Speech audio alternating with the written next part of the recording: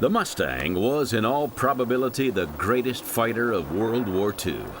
It was one of the few classic fighters created after the start of the war and used in large numbers. The Merlin-engined Mustang was a truly magnificent fighter and fighter-bomber.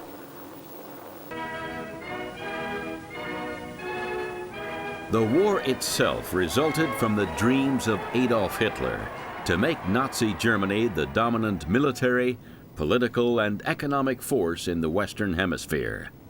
At the same time, conquests to the east would give Germany the Lebensraum, or living space, that Hitler felt that its growing population both needed and deserved.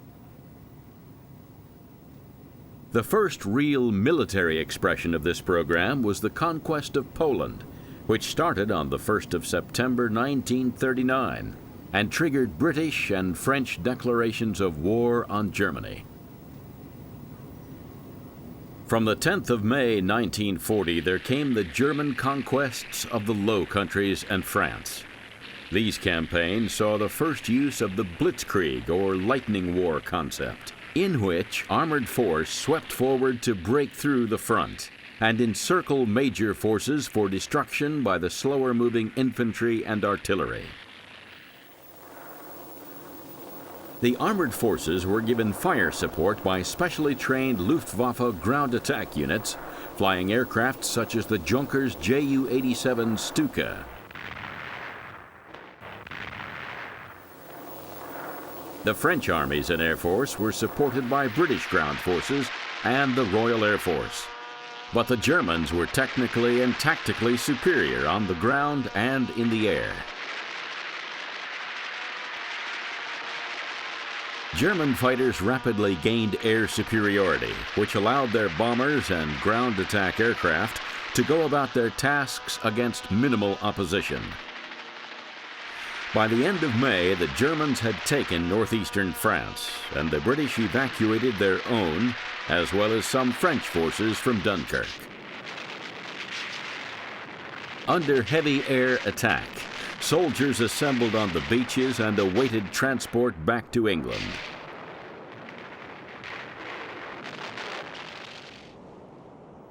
The Germans then resumed their attack to the south, and by the end of June, France had been beaten. This left only the UK to fight on alone against Germany. Hitler hoped that the British would reach an accommodation, but meanwhile prepared for an invasion. Given the British naval superiority, such an invasion would be wholly dependent on German air superiority. The German effort to secure this advantage was the world's first strategic air campaign, the Battle of Britain.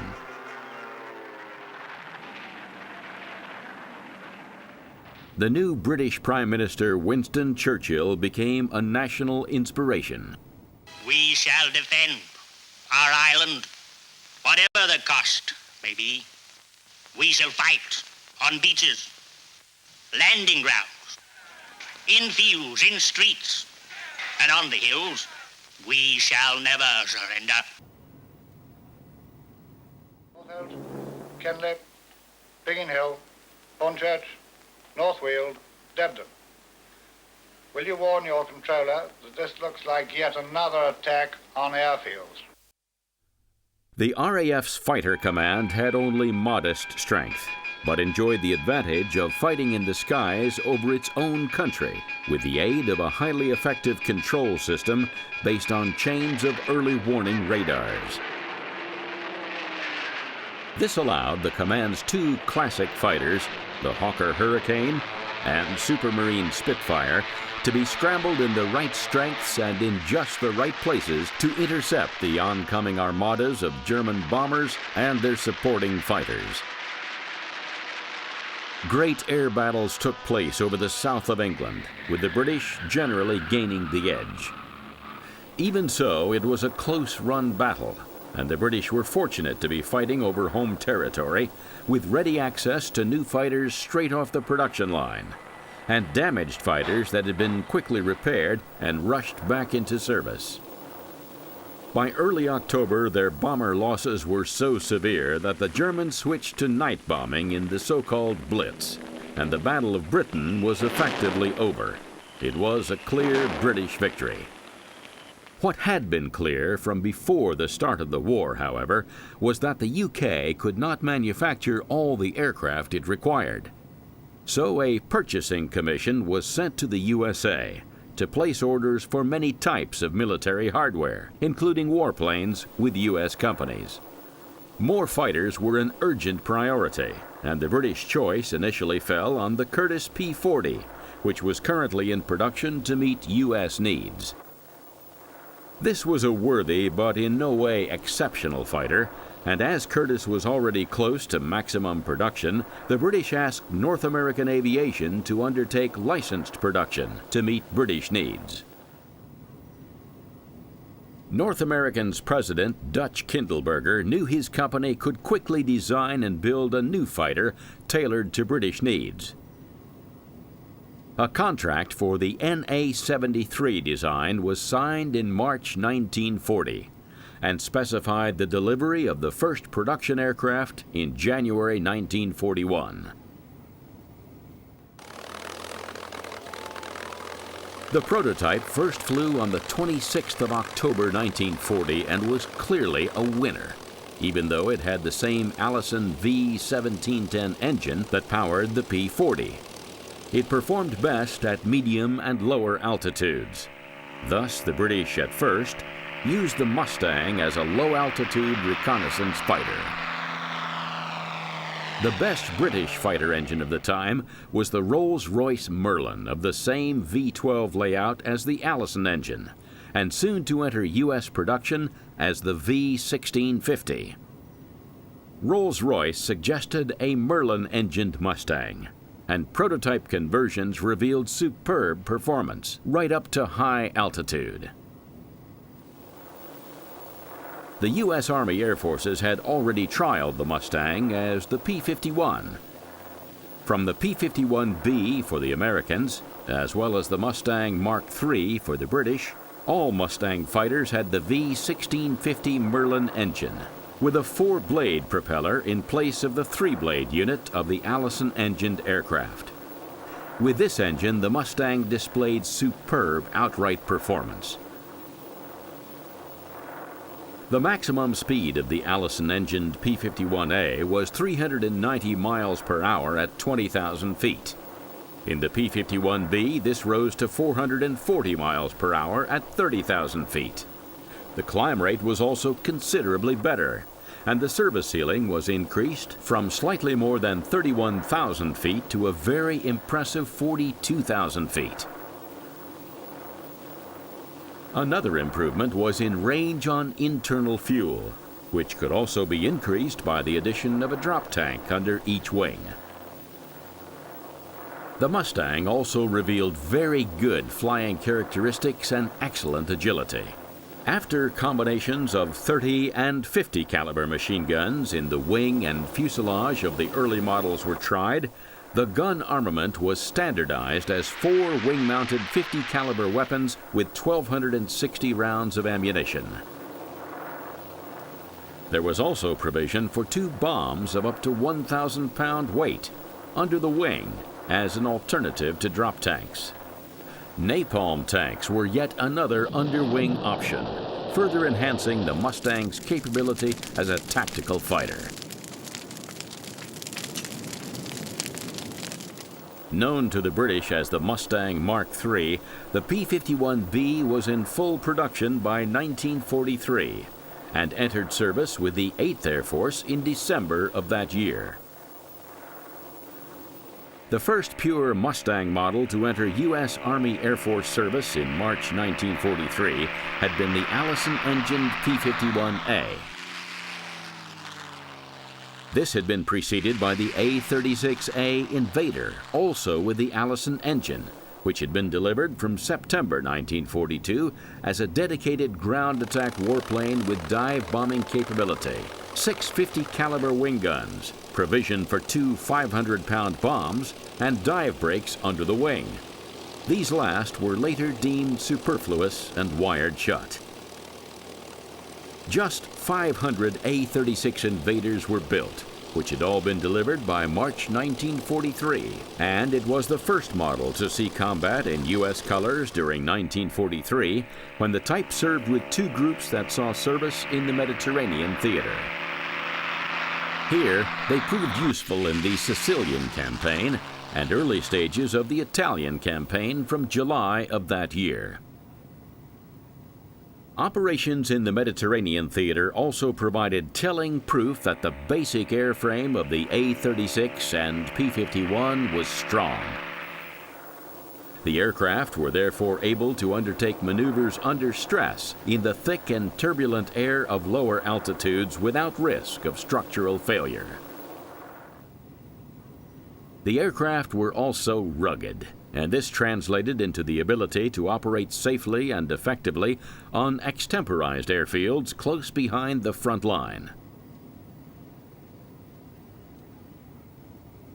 Maintenance crews discovered that the aircraft were straightforward to maintain, to repair, and also to rearm and refuel.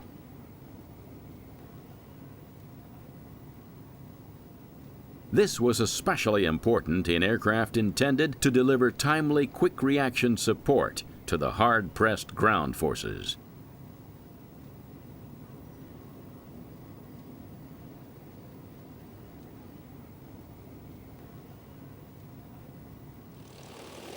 The Mustang had been designed with a wing of laminar flow section and an engine boosted by a supercharger in a large duct under the rear fuselage. The wing section reduced drag, and as well as boosting the engine, the supercharger exhausted hot gases in a manner which added a measure of thrust.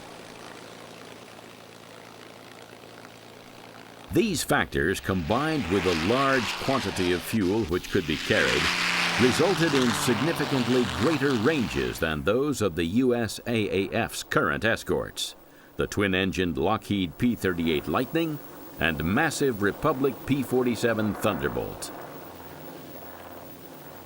The first Mustang aircraft had possessed an internal fuel capacity of 184 U.S. gallons, but partway through the P-51B production run, this was increased to 269 U.S. gallons by the addition of a tank in the rear fuselage.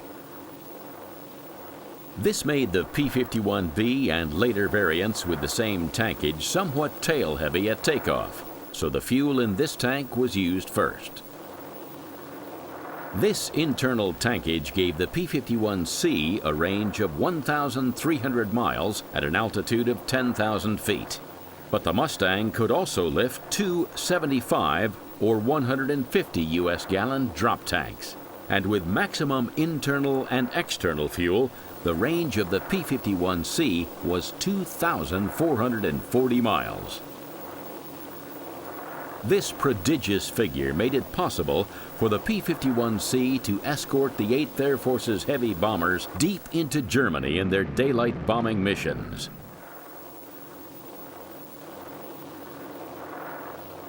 Moreover, once it had jettisoned its drop tanks, the P-51C had the performance, firepower, and agility to tangle effectively with the defending German fighters.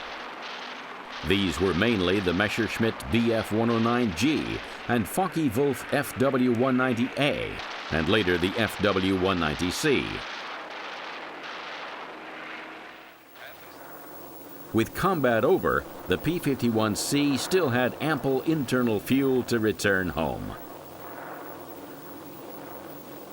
The Boeing B-17 Flying Fortress and consolidated B-24 Liberator four-engined heavy bombers of the 8th and 15th Air Forces, which flew from England and Italy respectively, were the heart of the American air effort to destroy Germany's war-making industries by the destruction of key manufacturing capabilities. The bombers were well defended by 50 caliber machine guns in powered nose, dorsal, ventral, and tail turrets, as well as manually controlled guns in the waist and other positions. But they were still threatened by enemy fighters equipped with cannon possessing greater range and destructive power than the bombers' defensive machine guns. For this reason, the bombers cruised in a long stream of box formations that were staggered vertically and laterally. These boxes had been carefully planned so that each bomber was covered by the fire of neighboring aircraft. This meant that an attacking fighter was subjected to the fire of more than the single bomber it was attacking. The other major threat that the bombers faced was that of German anti-aircraft guns, or flak. For this reason, the bomber streams flew into Germany along courses carefully planned to avoid major flak concentrations.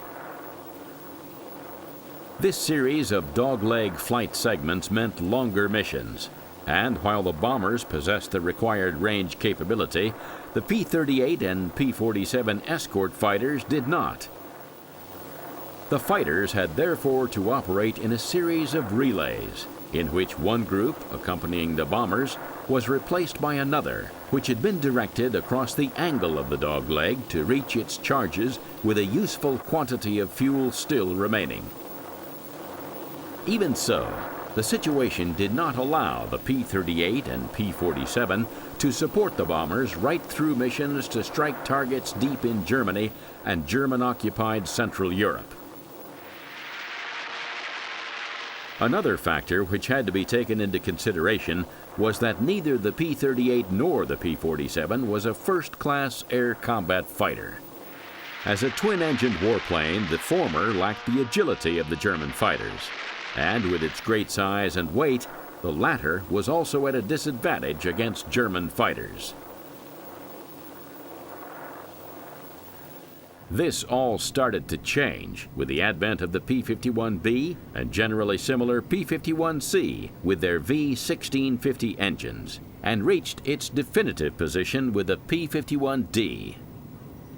This was a simple development with a number of small but important improvements, and most importantly a new canopy and heavier gun armament.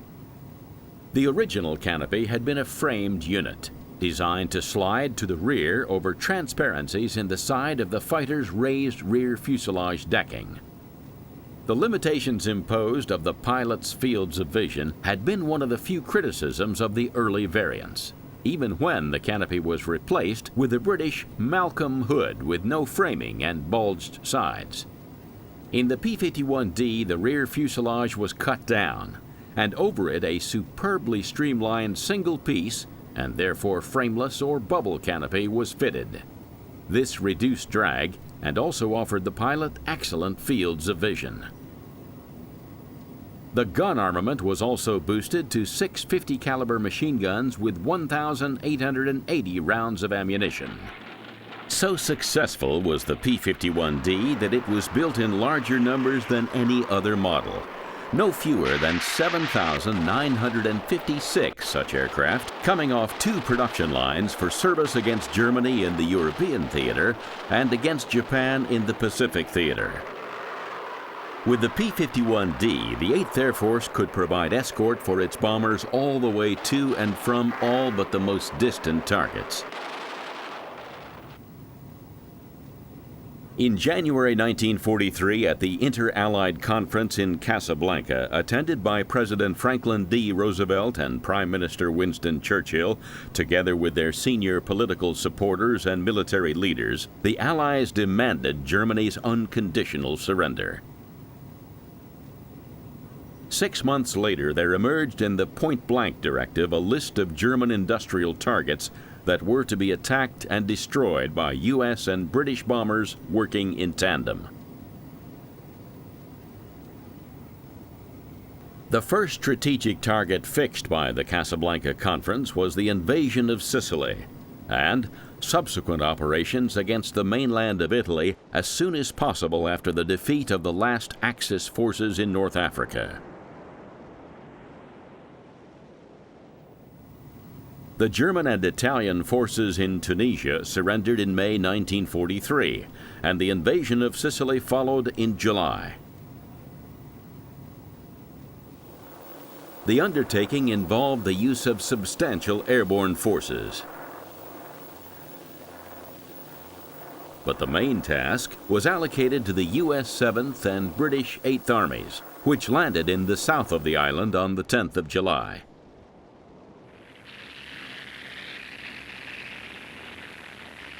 under cover of powerful tactical air forces, including the A-36A as one of their most effective ground attack warplanes, the Allies fought to get off the beachheads.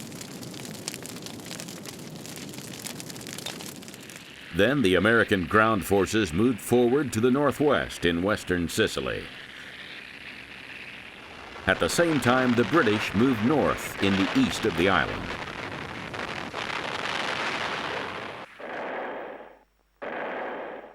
The fighting was difficult and made harder by the climate, terrain, and tenacious defense put up by the German formations. After reaching the island's north coast at Palermo on the 22nd of July, the U.S. forces swung east toward the narrow Strait of Messina, separating Sicily from the Italian mainland, which was also the target of the British. Despite Allied air superiority, the Germans and Italians managed to evacuate much of their strength before the U.S. 3rd Division took Messina on the 17th of August.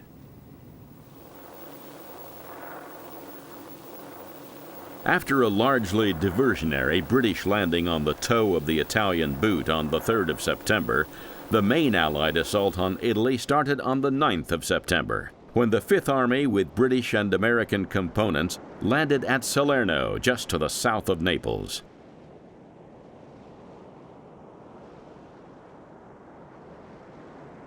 In the land campaign which followed, the Allies drove slowly northward through Italy against a sterling German defense that made excellent use of the rugged mountain terrain. It was slow, bitter fighting in which the weather and terrain were often as significant as the German defenses.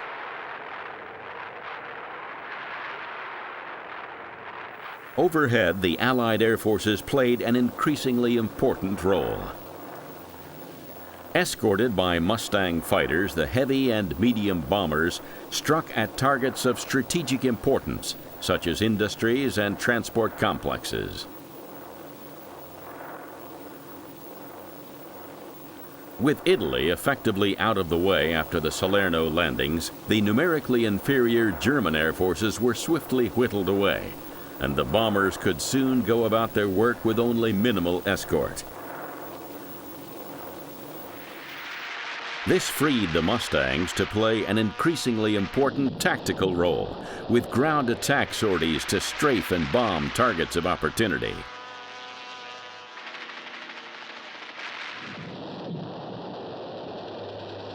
In the often mountainous terrain of central Italy, ground attack work at low level demanded high levels of concentration to fly safely low over very hostile terrain, and in which there could be a flak concentration behind any ridge.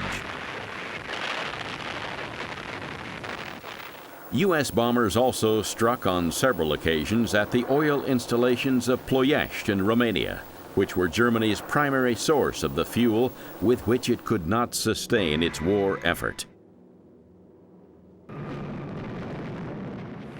The installations were first attacked from North Africa, but later the bomber groups in England and Italy became involved once agreement had been reached with the Soviets for so-called shuttle operations.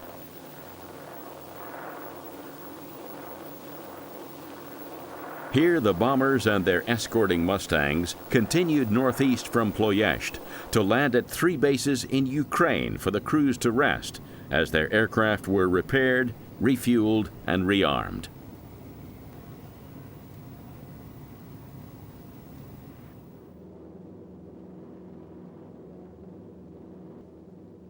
On the return flight, the bombers attacked Ploiești or other targets.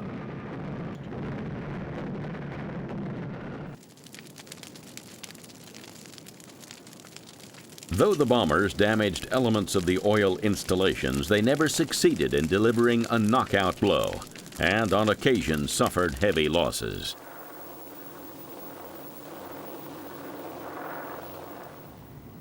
By the beginning of 1944, the Allies were well on the way to planning Operation Overlord, as their primary strategic invasion of northern France was designated.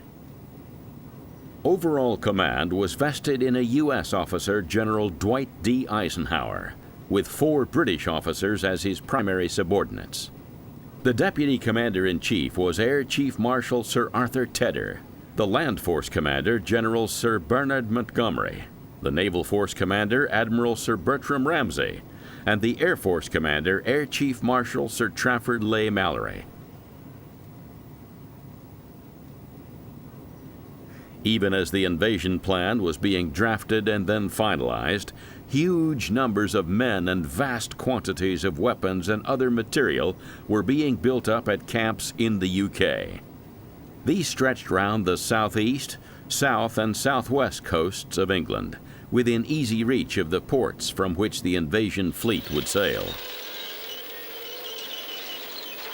Meanwhile, the bombers and their Mustang escorts had been pulled off their strategic tasks for use against German targets round the coast of northwest Europe and the areas behind them. Here, German fortifications were bombed, radar sites attacked, dumps shattered, and many of the transport and communication links were severed. The object was clearly to degrade the German ability to respond to an invasion, both directly and by bringing up reinforcements. Great care was taken, though, not to give away the fact that the invasion was to be directed at Normandy. Thus, coastal and inland targets were attacked round much of the periphery of German-held northwest Europe. By this stage of the war, German air power in France and the Low Countries had been so hard hit that it could offer only minimal opposition. Thus, the bombers required only modest escort, and this freed large numbers of Mustangs to join the Allies' other fighters in the tactical role as fighter bombers.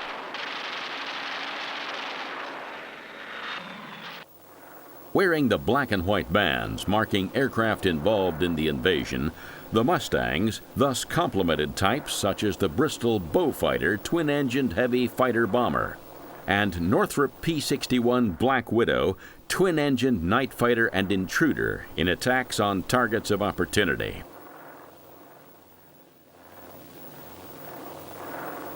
Flying low and fast, the Mustangs searched out and tackled a host of target types, ranging from parked aircraft to trains, via rail tunnels, canal and river installations, and artillery, including flak sites. On D-Day, the 6th of June 1944, the Allies landed on the coast of Normandy and started to move inland. They were faced by determined German army opposition, but under an umbrella of Mustangs and other fighters, had nothing to fear from the remnants of the German Air Force in France.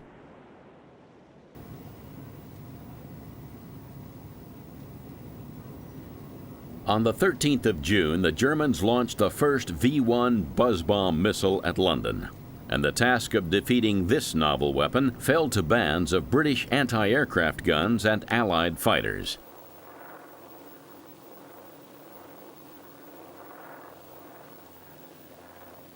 The two most important fighters in the early stage of the fight against the V-1 were the Spitfire and Mustang, as these had the speed to overhaul the missile at the typical altitude of about 4,500 feet.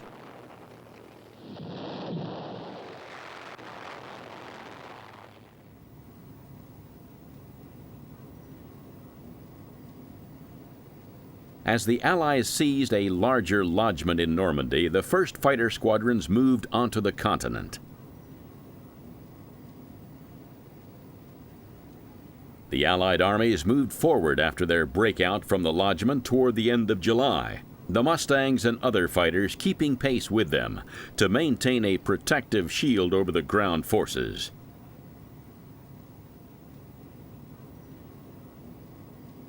The Mustangs roamed ahead of the armies as they swept forward. Initially, their job was to destroy or drive away any remaining Luftwaffe aircraft which threatened the Allied land forces.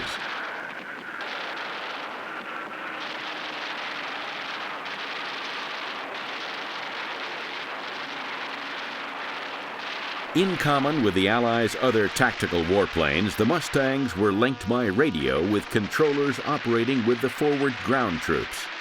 This meant that Mustangs patrolling above the front at medium altitude could be called down without delay to intervene in the land battle by destroying German troops, tanks, artillery, and strong points, thereby blasting the way open for the soldiers. The Mustang pilots also kept a constant eye open for targets of opportunity on the ground. The Germans sought to move by night, but the overall situation was so dangerous that they had sometimes to move trains and road convoys by day. The Mustang pilots eagerly pounced on these. The men of the 8th and 9th Air Force's fighter squadrons inevitably kept their eyes open for the occasional German warplane that might provide an air-to-air victory. The Luftwaffe still possessed effective fighters and also a number of pilots who were both experienced and skilled. But the Mustang pilots were also experienced and competent, and were flying a superb fighter at the peak of its development. The Mustang squadrons were also so superior in numbers that they could swamp the limited air units which the Germans managed to get into the air.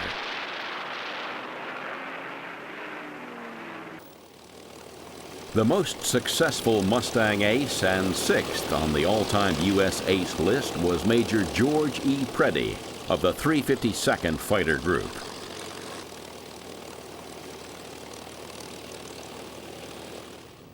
Preddy had started his fighter career in the Southwest Pacific, but following hospitalization as a result of a collision with another P-40, was transferred to Europe. Here he quickly found his feet in the Mustang and soon achieved a score of 26.83 air-to-air victories, together with 5 aircraft destroyed on the ground.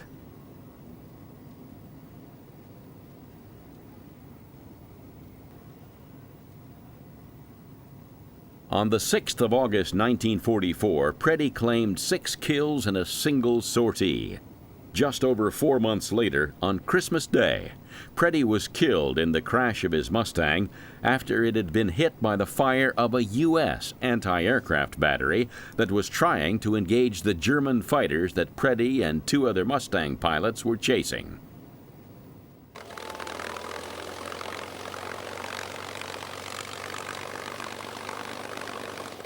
With the U.S. 12th and British 21st Army groups driving the German armies eastward through northern France and back toward Belgium and western Germany, the Mustangs continued their roving commission ahead of the ground forces.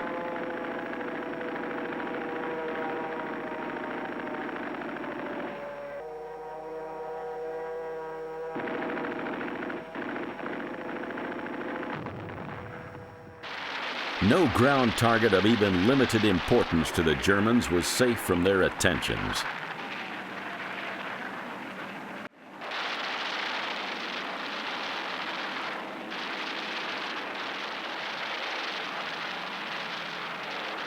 Aimed with the aid of Bell & Howell Type N9 reflector gun sight, or in late production aircraft Type K-14 gyro gun sight, the P-51D's gun armament of 6 50 caliber Browning MG-53-2 machine guns had 400 rounds per gun for the 2 inboard weapons and 270 rounds per gun for the 4 outboard weapons. These did not pack the punch of the 20mm and occasional 30mm cannon of German fighters, but fired a mix of ammunition types including armor-piercing incendiary.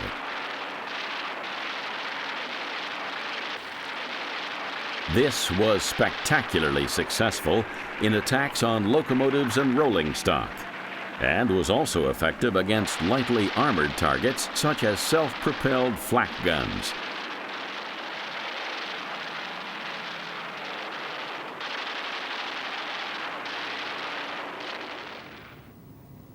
In France, Paris was liberated between the 19th and 25th of August 1944. and there seemed to be nothing the Germans could do to check the speed of the Allied advance to the east.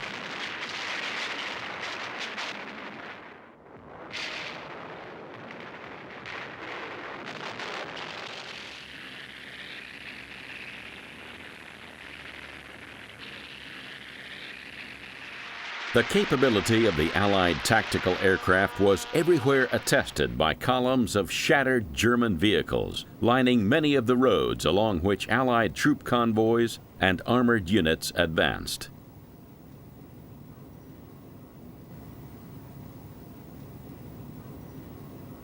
The 354th Fighter Group was known as the Pioneer Mustang Group, as it was the first to receive the P-51B. Established on the west coast of the USA in November 1942 and reaching England in November 1943 to become part of the 9th Air Force, the group was the first to use the Mustang in the escort role during December of the same year.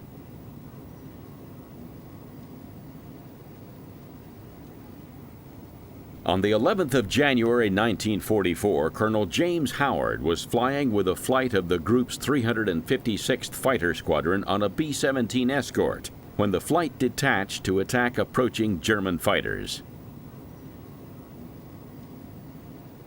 Howard alone remained to protect the bombers, which were then attacked by 30 German fighters. In the furious engagement which followed, Howard shot down 3 of the attackers and drove off the rest after exhausting all his ammunition. For this action, Howard became the only fighter pilot in the European theater to be awarded the Medal of Honor in World War II.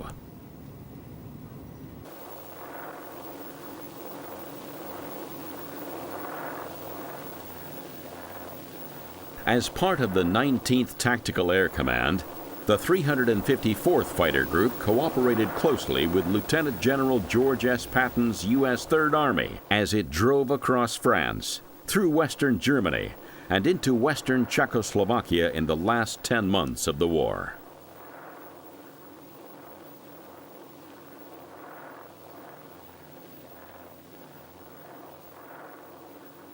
The 354th Fighter Group ended the war with 701 air combat victories, the second highest scoring group being the 56th Fighter Group with 677 aerial victories.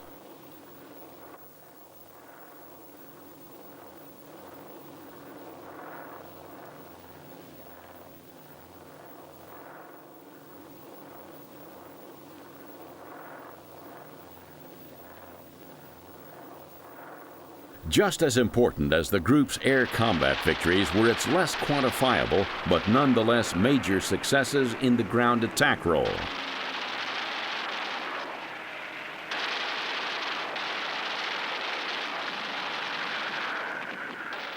In this task, the decimation of German aircraft on the ground was important.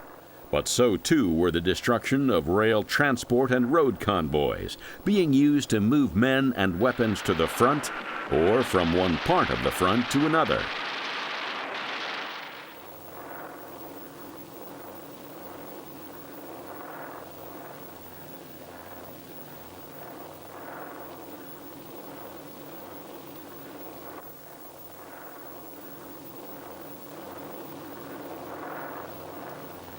Even when locomotives, rolling stock, and road vehicles were not completely destroyed, they were often badly damaged, and the attack seriously dislocated German efforts to make the best possible use of their dwindling numbers of men and very limited quantities of fuel.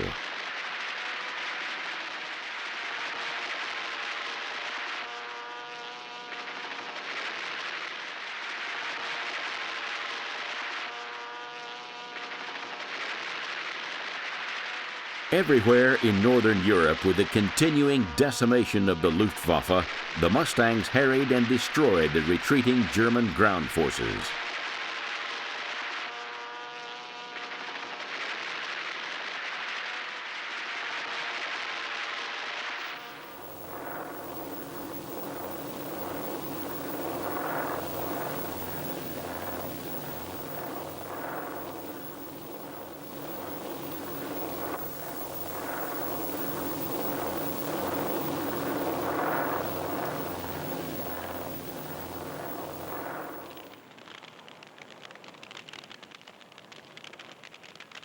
As the Allied armies closed up to the Rhine and other water barriers during their advance into Germany, they knew that Mustangs and other tactical warplanes were always on hand to shred German strongpoints that were checking the progress of the land forces.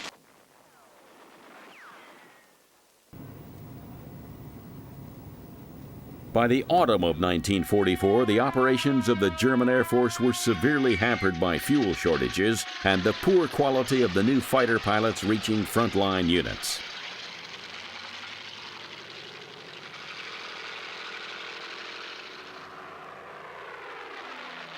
The Germans still had good fighters, such as the Bf-109G and FW-190A, and pilots who flew with courage, if not in general the skill, of their predecessors. The Germans were also seriously outnumbered, and the Mustangs took a heavy toll.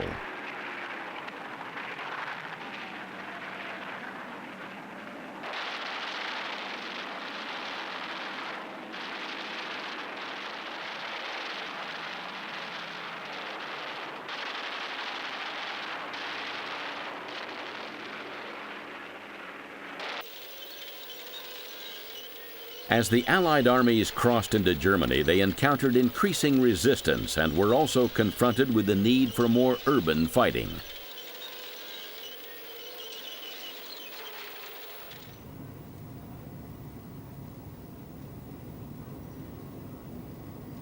Armored and artillery support was literally vital in such circumstances, but so too was the overhead umbrella of fighter bombers. From this, Mustangs could be called down by radio-equipped controllers on the ground to destroy pinpoint targets with bombs or shatter groups of infantry with machine gun fire.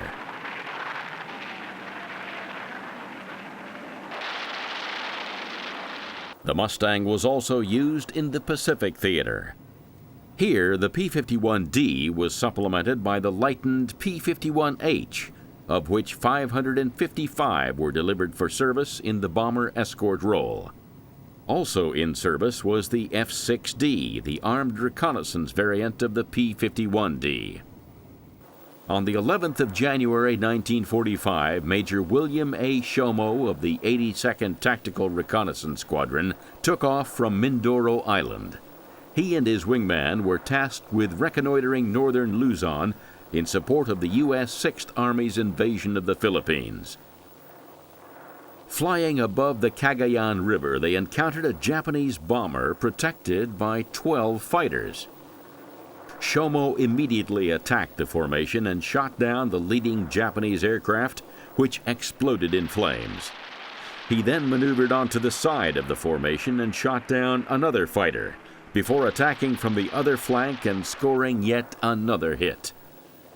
Shomo then engaged the bomber, which crashed, and before he was finished, downed another 3 fighters.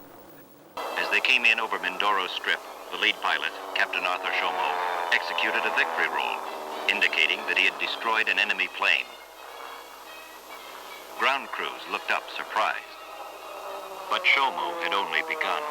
He went around again, did another victory roll, and the men on the ground started counting. 2 planes down. When Captain Shomo executed his 3rd and 4th victory roll, it brought out the brass. By the time he was making the 5th, the 6th, and 7th roll, no one would believe it. 7 victories seemed impossible. He was just showing off.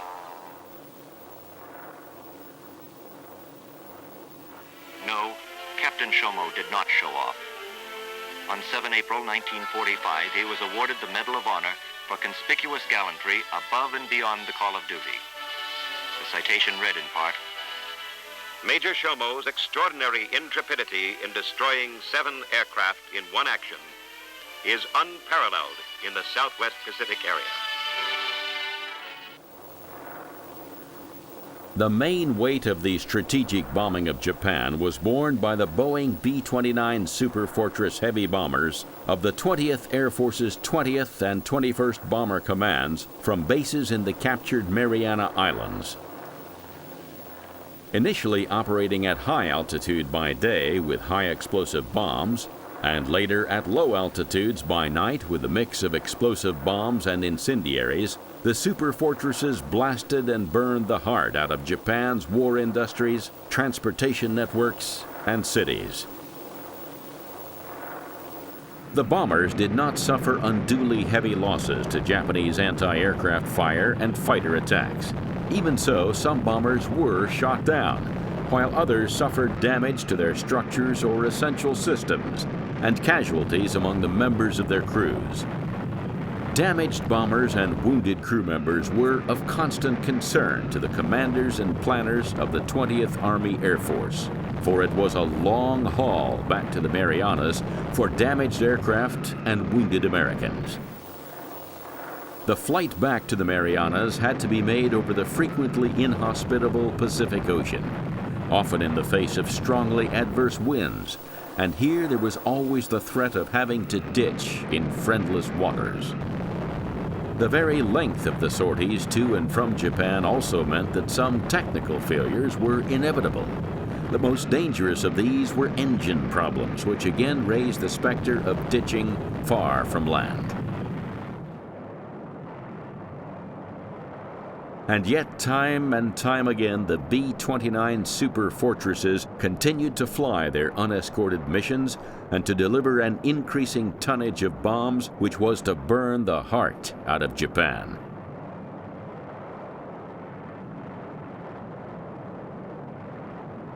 What was needed was a base from which escort fighters could be launched, and at which badly damaged B-29s could land in an emergency.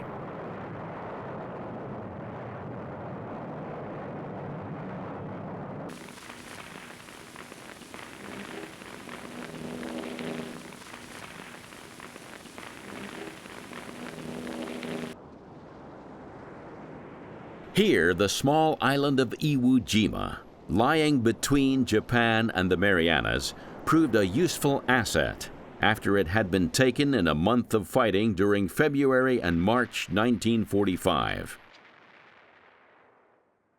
The fighting for this small island of black volcanic sand was bitter in the extreme. But the U.S. Marines' success allowed airfields on the islands to be used by damaged bombers returning from missions over Japan. The airfields also hosted Mustang fighter squadrons, which could then range to and from Japan as escorts for the bombers. The Mustangs and their experienced pilots were far superior to their Japanese opponents and effectively ended the air threat to the bombers. With the threat of Japanese air interception of the B-29 bombers all but eliminated, the Mustang pilots could start to fly their fighters not so much as escorts, optimized for the air-to-air task, but in the tactical fighter role. This was a role the Mustang pilots had perfected over Europe against the Germans, and their experience was now translated very effectively to the Pacific theater.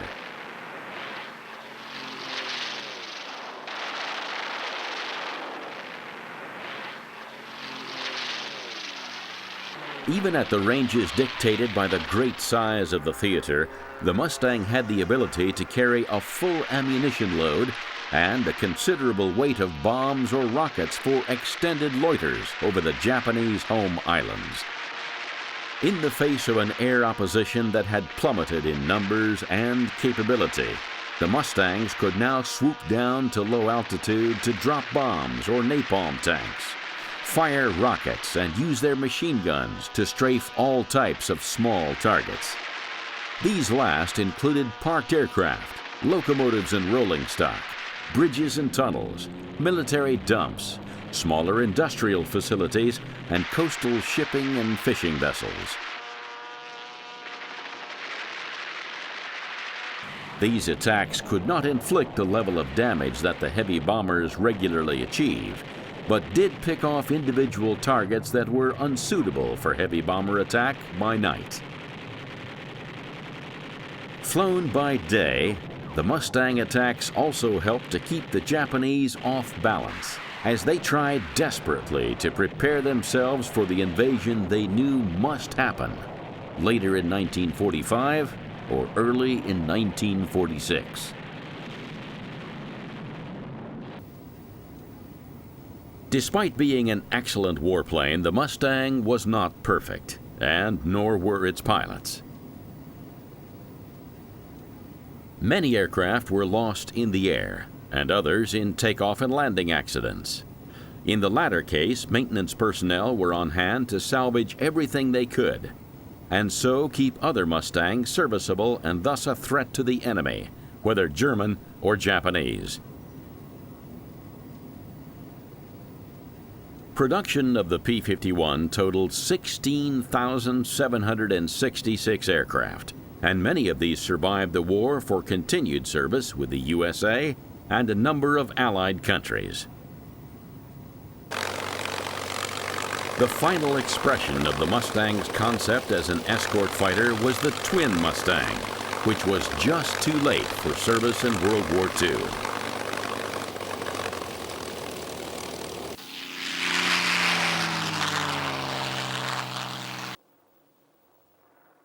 The type served after the war in limited numbers as the F-82 and was basically two examples of the late-war P-51H, a development of the P-51D with more powerful engines and a lightened structure, connected by a new wing center section and tailplane. The result was a two-seat escort and fighter bomber with a range in the order of 2,350 miles, and the armament of 650 caliber machine guns and up to 4,000 pounds of bombs or 25 5-inch rockets.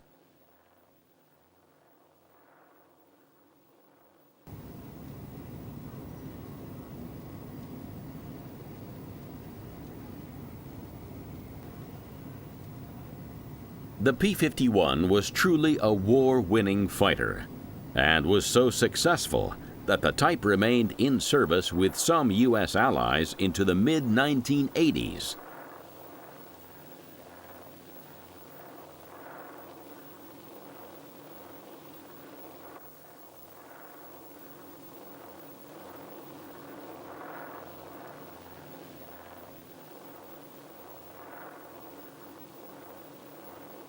There are still a comparatively large number of P-51s in existence.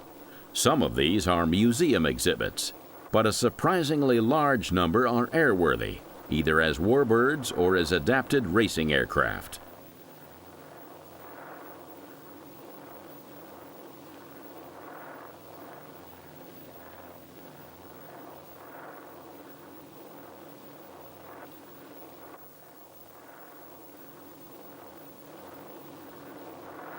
Other examples of the Mustang are also being reconstructed, with a view to their return to the air, which the supremely elegant Mustang still graces as few other aircraft have done.